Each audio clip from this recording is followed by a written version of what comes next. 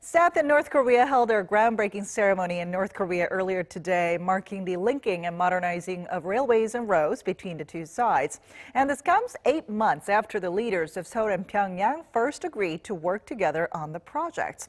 It wasn't exactly smooth sailing due to a lack of progress in the North Korea-U.S. nuclear negotiations, but after many twists and turns, the two Koreas did hold this groundbreaking ceremony before we say goodbye to 2018. And for more on this, our unification Ministry correspondent Oh Jung-hee joins us live from Dorasan Station, the northernmost train station in South Korea. Jung-hee, give us the latest. Good afternoon, Ji-yoon. Yes, I'm standing at Dorasan Station, just 700 meters apart from the Demilitarized Zone.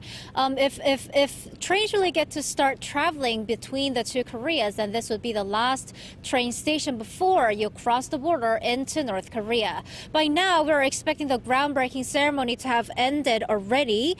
It was scheduled to be a 1-hour-long ceremony at North Korea's Panmun역서 station with 100 participants each from South and North Korea. From North Korea, Ri Sun-kwon, the head of Pyongyang's reunification committee, was at the event with senior North Korean officials from the Economic Cooperation Committee and vice ministers of railway and land. From the South, Seoul's transport and unification ministers Kim Hyun-mi and Cho Myung-gyun attended, along with the leaders of South Korea's political parties and rail and road-related officials. A few South Koreans who lived in the north before being displaced by war had been invited as well, along with the engineer who last ran trains across the border. Let's have a listen to what they had to say this morning. I'm very excited and I think I'm very lucky. There are a lot of us who had to leave our hometown. It'd be great if all of us could go and visit our hometown by train. We're all old. It's our big wish to go there by train. It's been 10 years since I last ran trains to the north via Gyeonggi rail line. Back then, I didn't have any special thoughts. But after it was all suspended and I retired, I've been thinking, when will I ever get to go there again? It's great that I get to visit there again. All right, so this is an exciting development indeed, and we're hearing that there were also participants at today's event who are from outside the Korean peninsula. Tell us more about them, and also, could their presence possibly mean that this transport project could start right away?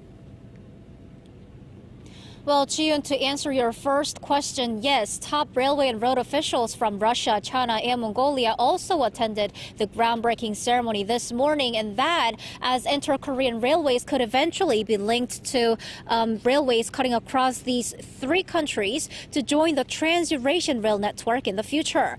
Also, the executive secretary of the UN's Economic and Social Commission for Asia and the Pacific was there. We're assuming her presence was because of a project called the Asian Highway Network, where UNESCOP and countries in Asia and Europe aim to connect highways that cross the continent and reach Europe. A couple of proposed routes pass through the two Koreas. But even if we had quite a number of high-level figures come to the event, today's groundbreaking ceremony doesn't mean that the two Koreas will kickstart related construction right away. The two Koreas have received sanctions waivers from the UN Security Council for on-site surveys and today's ceremony, but that doesn't mean these waivers will apply to whatever work happens in the future. Seoul also plans to do more detailed surveys before coming up with construction plans. South Korea says the actual construction work won't begin yet, and things will go in accordance with progress on North Korea's denuclearization and following waivers on sanctions. Back to you, Ji-yoon.